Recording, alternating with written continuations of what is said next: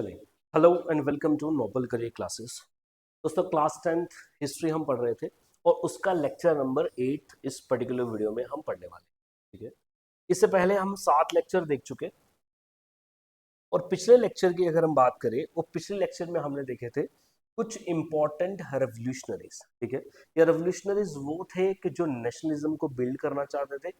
सबसे बड़ा रेवोल्यूशनरी हमने देखा जुसेपी मजीनी, जो इटालियन आपका रेवोल्यूशनरी था। ठीक है, वो सोसाइटी ऑफ कार्बोनरी को ज्वाइन करता है। आगे चल के वो 2 सीक्रेट सोसाइटीज बनाता है, एक तो यंग इटली और यंग यूरोप, बर्न स्विट्जरलैंड में और मसलेस फ्रांस में। इसके बारे में हमने देखा। उसी का इम्पैक्ट इंडिया में क्या पड़ रहा था हमने वो भी देखा। अनुशीलन समिति नामक एक हमने ऑर्गेनाइजेशन देखी थी। युगांधर पार्टी ये हमने एक ऑर्गेनाइजेशन थी। और बिंदु घोष नामक आपने एक रेवोल्यूशनरी देखा था, हिंदुस्तान सोशलिस्ट रिपब्लिकन एसोसिएशन। तो हमने देखा किस तरीके से पूरी दुनिया में होने वाले इम्पैक्ट इंडिया पे भी इम्पैक्ट डाल रहे थे और यहाँ पे रेवोल्यूशंस आपके हो रहे थे। आज हमने इसी लेक्चर को अगला कंटिन्यू करेंगे। लेक्चर नंबर 8 है। पिछले लेक्चर्स अगर आपने नहीं देखे, डिस्क्रिप्शन में लिंक है, जाके उनको आप देखो। टॉपिक है द एज ऑफ रेवोल्यूशन। तो आप बोलोगे सर पहले क्या पढ़ रहे थे? पहले भी रेवोल्यूशंस ही पढ़ रहे थे। ठीक है, रेवोल्यूशंस की जब हम बात करते हैं, देखें,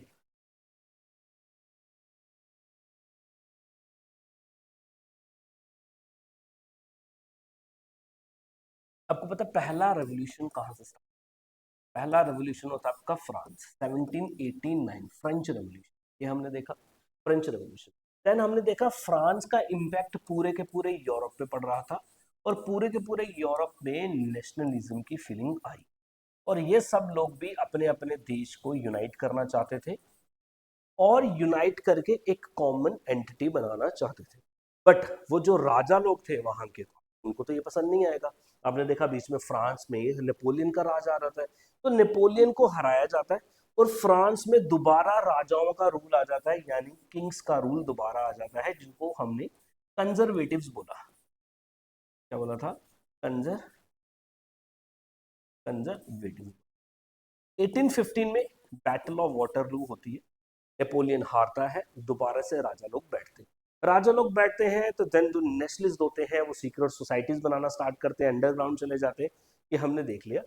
आज जो हमने पढ़ना है वो हमने देखना है 1830 से लेके 1848 के बीच में कौन कौन से रेवोल्यूशन हो रहे थे। ठीक है, और इसमें आज हम जो पढ़ेंगे सबसे इंपॉर्टेंट एक रेवोल्यूशन आपको पता लगेगा, वो है Greek war of independence. Greek war of independence textual question भी है तुम्हारा, डायरेक्ट पूछेगा, राइट ए शॉर्ट नोट या right A note on Greek war of independence. वो अभी हम देखने वाले हैं। चलो भाई देख लो। ठीक है, तो 1830 से लेके 1848 के बीच में क्या क्या रेवोल्यूशंस यूरोप में हुए, इसके बारे में हम देखेंगे। ठीक है, चलो भाई।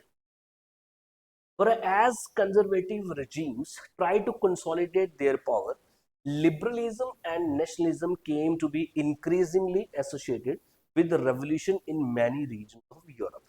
और जब दोबारा से राजाओं का रूल आया 1815 के बाद, कंजर्वेटिव रिजीम्स दोबारा से अपनी पावर में आए, तो जो नेशनलिस्ट जो लीडर्स थे, ठीक है, और जो लिबरल्स थे, अब ये दोबारा से रेवोल्यूशन करना स्टार्ट करते हैं, रेवोल्यूशन करना स्टार्ट करते हैं।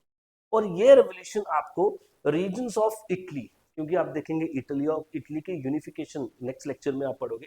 देन जर्मनी में भी आपको देखने को मिलेगा प्रोविंसेस ऑफ ऑटोमन एम्पायर। इस वक्त पे सबसे बड़ा एम्पायर ऑटोमन एम्पायर था। इस ऑटोमन एम्पायर के अंडर ही ग्रीस इन्होंने गुलाम बना के रखा हुआ था। इसी के अंडर में ग्रीस आ रहा था, जो हमने आज पढ़ना भी है।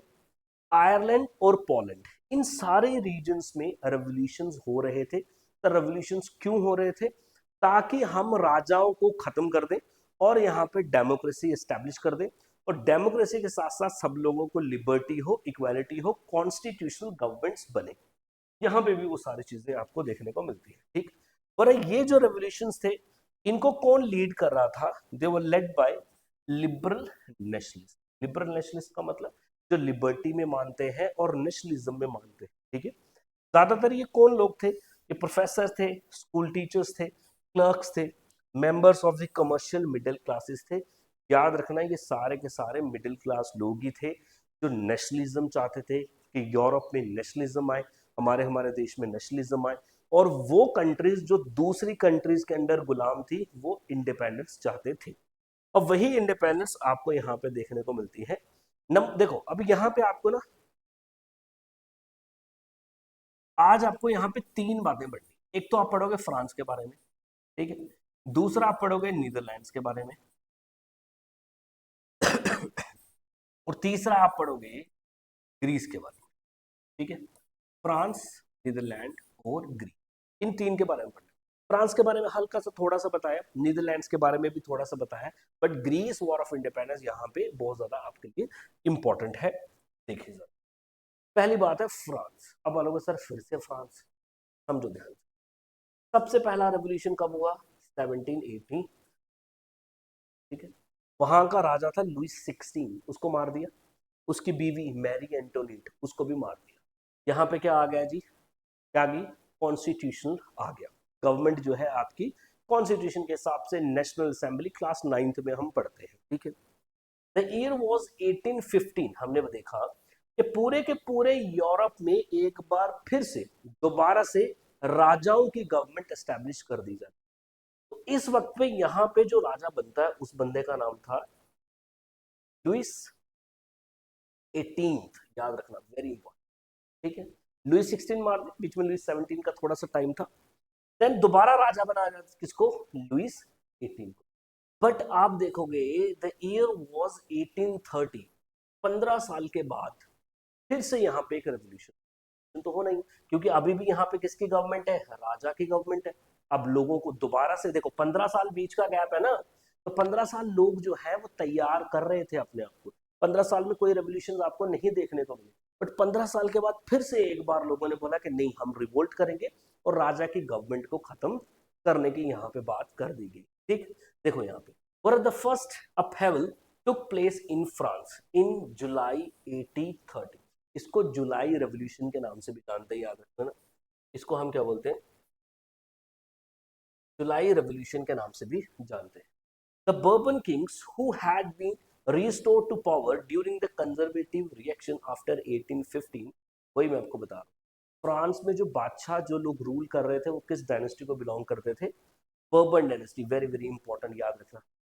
फ्रांस में, स्पेन में बर्बन किंग्स होते थे। बर्बन सर मतलब नहीं समझे, जैसे इंडिया में मुगल्स, इंडिया में आप कह सकते हैं मौर्यास, ठीक है, कुशान्स, गुप्तास, फैमिली होती है ना, पूरी रूल करती है।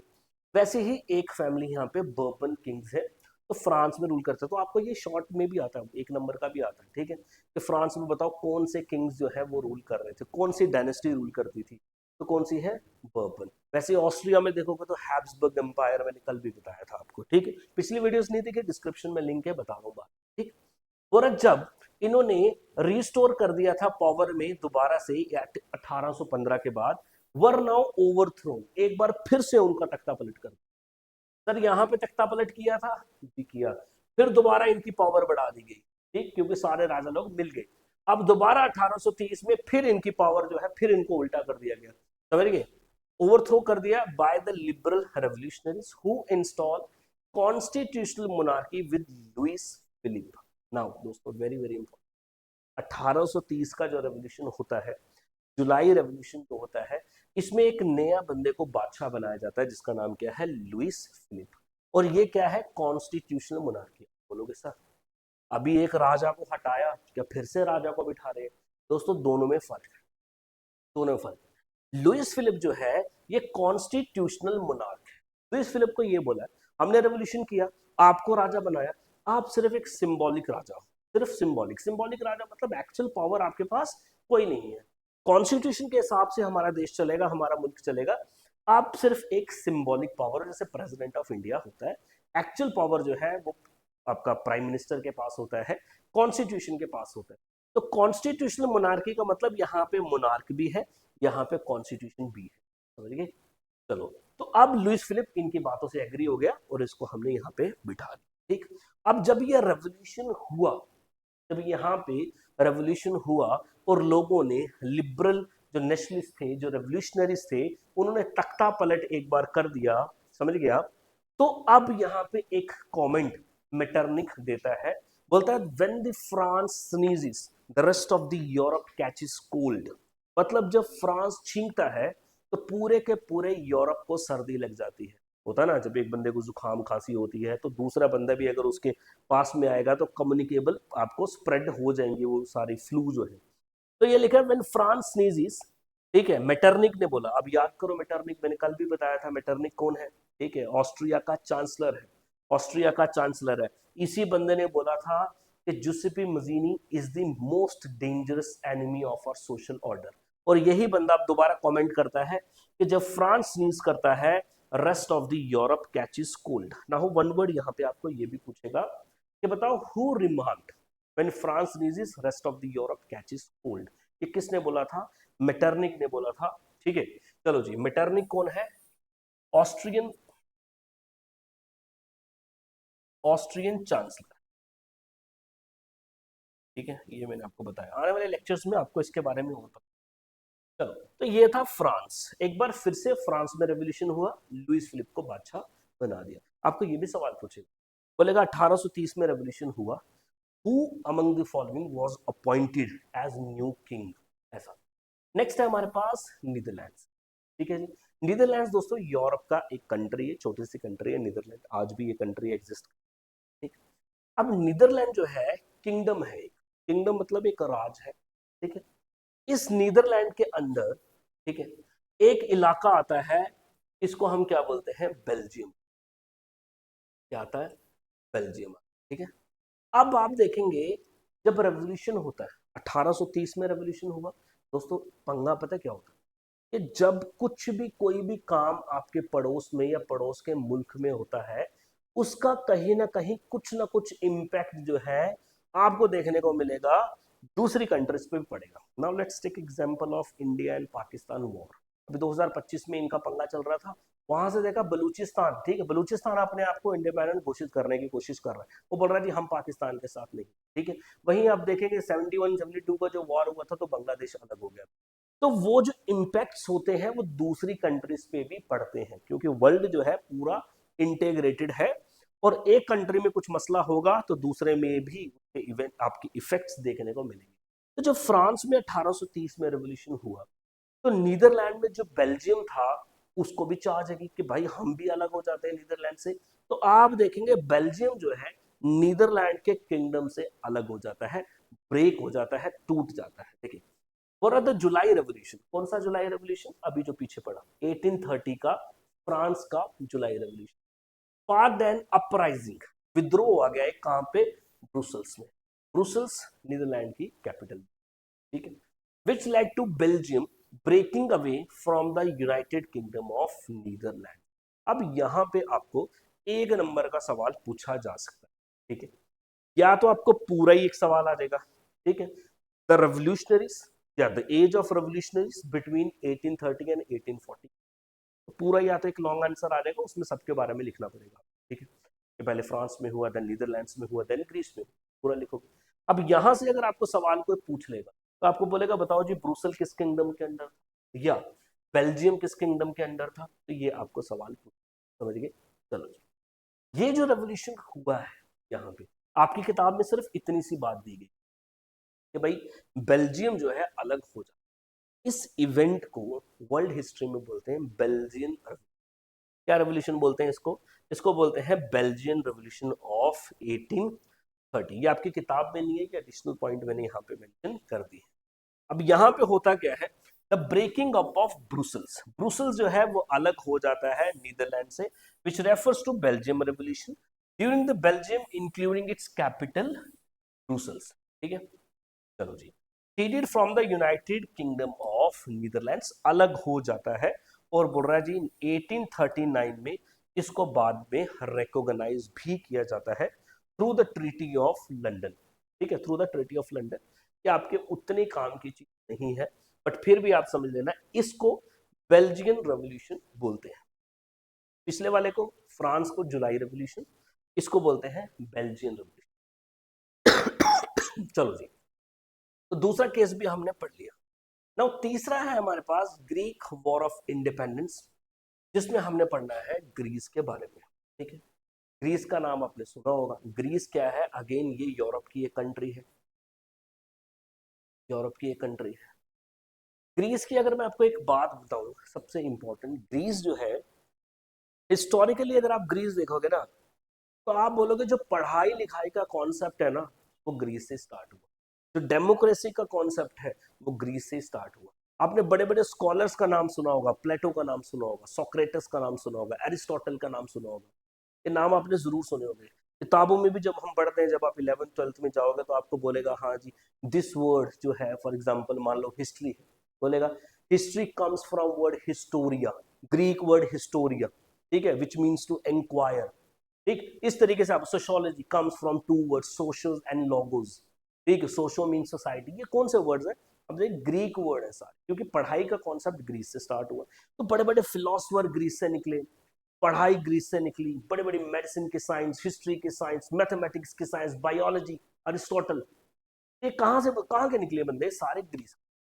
तो ग्रीस बहुत ज्यादा इंपॉर्टेंट रोल प्ले करता है यूरोप की हिस्ट्री, इसलिए इसको क्रेडल ऑफ यूरोपियन सिविलाइजेशन भी बोला जाता है। यहाँ पे लिखा होगा कहीं, मैं आपको बताता हूँ आगे, ठीक है। ग्रीस को क्या बोला जाता है? क्रेडल ऑफ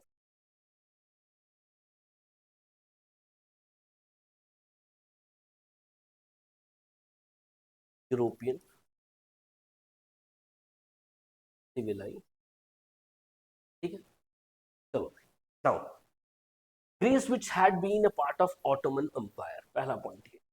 सर ग्रीस किसके कंट्रोल में था? ऑटोमन एम्पायर में। दोस्तों ऑटोमन एम्पायर, मेरी बात सुनिए, जो ऑटोमन एम्पायर देख रहे हैं ना,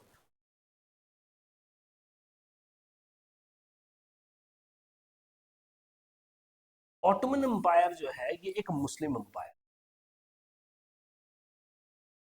और बहुत बड़ा एम्पायर है, बहुत बड़ा, ठीक। इनकी कैपिटल होती थी कॉन्स्टेंटिनोपोल। कॉन्स्टेंटिनोपोल आज का है टर्की, समझ गए, यूरोप की ही कंट्री है, समझ गए। तो अब ये जो ऑटोमन एम्पायर जो है, यूरोप के बहुत बड़े हिस्से पे किसी न किसी वक्त पे इसने हुकूमत करी है। और जो ग्रीस है ये भी आपका ऑटोमन एम्पायर के अंडर ही था, एज ए गुलाम आप बोल सकते हो, एज ए कॉलोनी बोल सकते हो, ठीक। ये इनके कंट्रोल में थे। सिंस ग्रीस के लोग ये चाहते थे, क्योंकि इनका कल्चर अलग है, ठीक है जी। अब सिंस ये ऑटोमन एम्पायर है, मुस्लिम पॉपुलेशन और मुस्लिम एम्पायर, ग्रीस जो है यहाँ पे ज्यादातर आप देखेंगे क्रिश्चियन आपको देखने को मिल जाएंगे, ठीक। तो कल्चर भी अलग था, लैंग्वेज भी अलग था, सब चीजें अलग थी, ठीक है। तो ग्रीस जो है अपनी इंडिपेंडेंस चाहता है, और ग्रीस को हेल्प करता है पूरा का पूरा यूरोप। यूरोप चाहता है कि जो ग्रीस है ये आजाद हो जाना चाहिए, ये ऑटोमन एम्पायर के अंडर नहीं रहना चाहिए, क्योंकि वैसे भी जो कुछ और यूरोप की कंट्रीज थी वो ऑटोमन एम्पायर की दुश्मन।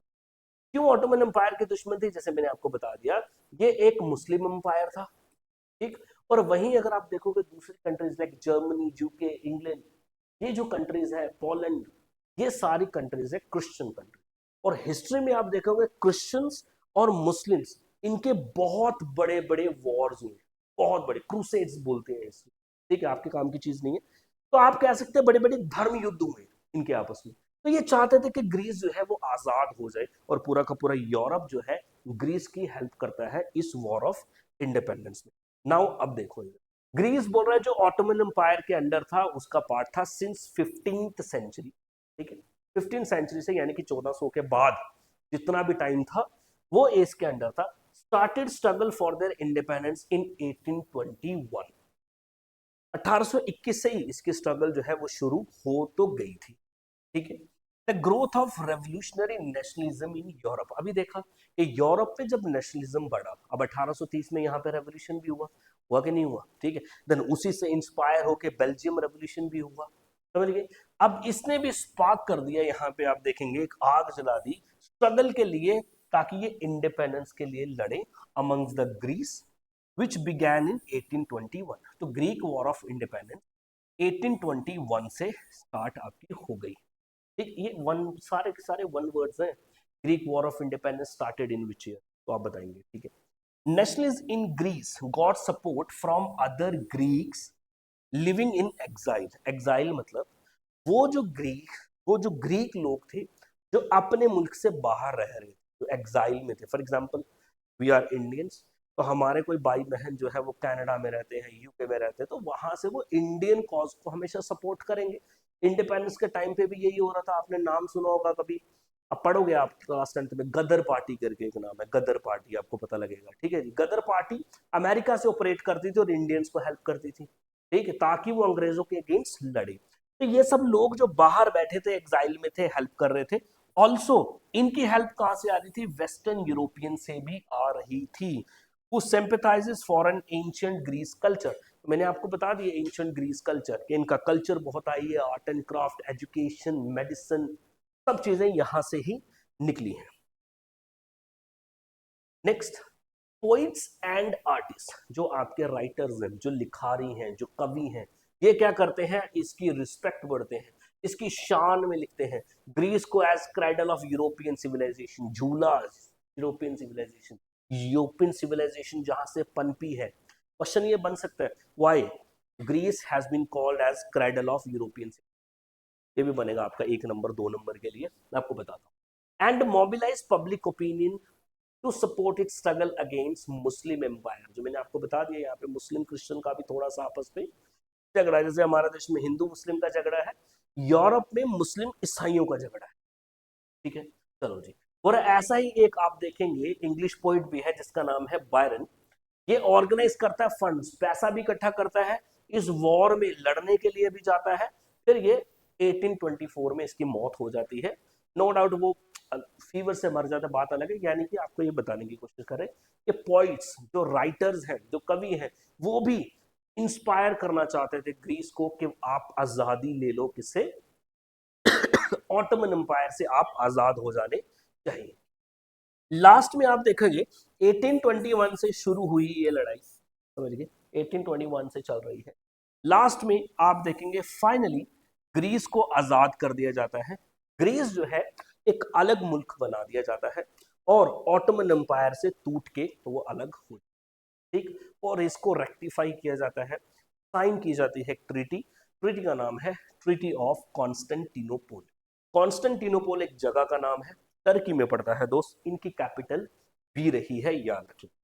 कब? 1832, वेरी वेरी इंपॉर्टेंट आपको बोलेगा, ठीक। 1821 के 11 साल बाद, ठीक है, 21 से 1831, 10 साल हो गए, 1 साल और याद है। 81 में स्टार्ट हुआ, 21 में स्टार्ट हुआ, 32 में फाइनली ट्रीटी ऑफ कॉन्स्टेंटिनोपोल के साथ ग्रीस जो है एक अलग मुल्क बना दिया गया और यहाँ का एक अलग राजा भी बना दिया। नो डाउट कि यहाँ पे डायरेक्ट डेमोक्रेसी नहीं आ गई, ठीक है, राजा बना दिया गया, बट सिंस इनको ये भी बात की खुशी थी कि हम अलग एक मुल्क बन गए हैं, अलग एक टेरिटरी बन गए हैं, ठीक है जी। इस ट्रीटी ने क्या किया? रिकॉग्नाइज किया ग्रीस को एज इंडिपेंडेंट नेशन, ठीक है जी, इंडिपेंडेंट नेशन। नाउ ठीक है, why Greece is called cradle of European,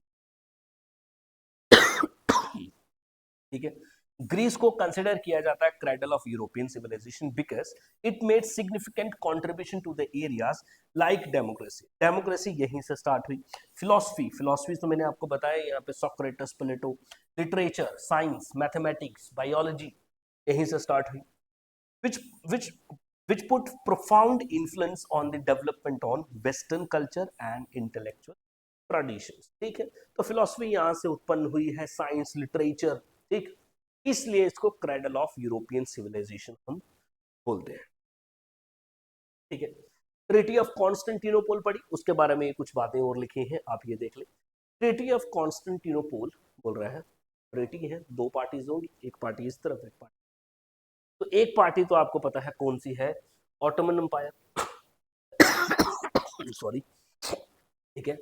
Constantinople की ट्रीटी साइन की गई बिटवीन ग्रेट ब्रिटेन, आपका यूके, फ्रांस, रशिया और दूसरी तरफ कौन? Ottoman Empire. आप बोलोगे सर ग्रीस की बात चल रही है, ये बीच में कहां से आ गए?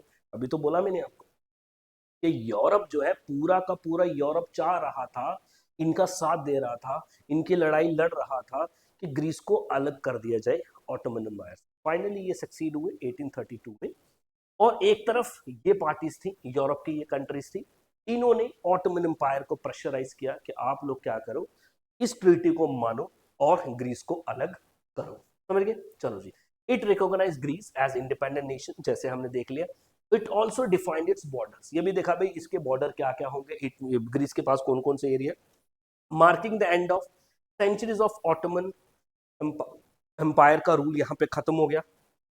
The treaty also establish Greece as a monarchy, और यहाँ पे प्रिंस ऑटो ऑफ बवारिया, ये इनको रूलर बना दिया जाता है, तख्त पे बिठा दिया। मैंने जैसे आपको बताया, कोई यहाँ पे डायरेक्ट आप देखेंगे डेमोक्रेसी जो है वो नहीं आ गई, यहाँ पे मोनार्की ही आई, और प्रिंस ऑटो जो है उसको तख्त पे बिठा दिया जाता है ग्रीस के। अगेन ये स्लाइड जो है आपकी किताब में नहीं है, तो ये मैंने आपको एडिशनल इंफॉर्मेशन दी। अच्छा, एक बात और, वीडियो आपको अच्छी लगती मेक श्योर आप लाइक करें, चैनल को सब्सक्राइब करें। क्लास 8 to 12 सारे वीडियोस आपको यहाँ पे मिल जाएंगे। चल रही है पूरी हमारी तैयारी, अभी as of now 10th classes आपको मिलती है, ठीक है। ऑफलाइन के लिए अगर यार किसी को आना है, ऑफलाइन के लिए अगर किसी को आना है, अगर तो आप जम्मू से हो तो आप हमारे पास ऑफलाइन आ सकते हो। Just wait a minute.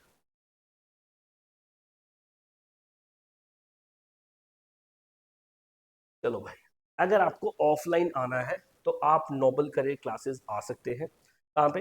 कच्ची छावनी में आ सकते हैं, कच्ची छावनी एक्सचेंज रोड में, कैनाल रोड में आ सकते हैं अपोजिट साइंस कॉलेज में, और या नगरोटा में आप आ सकते हैं। तो ये तीनों ब्रांचेस में आप ऑफलाइन के लिए हमारे पास आ सकते हैं, ठीक है। डिस्क्रिप्शन में बाकी नंबर, कॉन्टेक्ट, सारे डिटेल्स दिए होंगे, आप वहां से देख लीजिएगा। नाउ अभी हम इससे रिलेटेड कुछ एक एक नंबर के कुछ आंसर्स देख लेते हैं। Treaty of Constantinople was signed in, ये कब साइन हुई? 1830। स्ट्रगल स्टार्ट कब हुई? 1821। चलो, which country is known as cradle of Europe? Of course Greece. Greece को बोलते हैं cradle of European civilization. After the July revolution, July revolution 1830 में हुआ था। जुलाई रेवोल्यूशन कब हुआ फ्रांस में? 1830 में। तो बोले किसको नया बादशाह बनाया? अगर आपको थोड़ा याद आ रहा होगा तो मुबारक, नाम है लुइस फिलिप।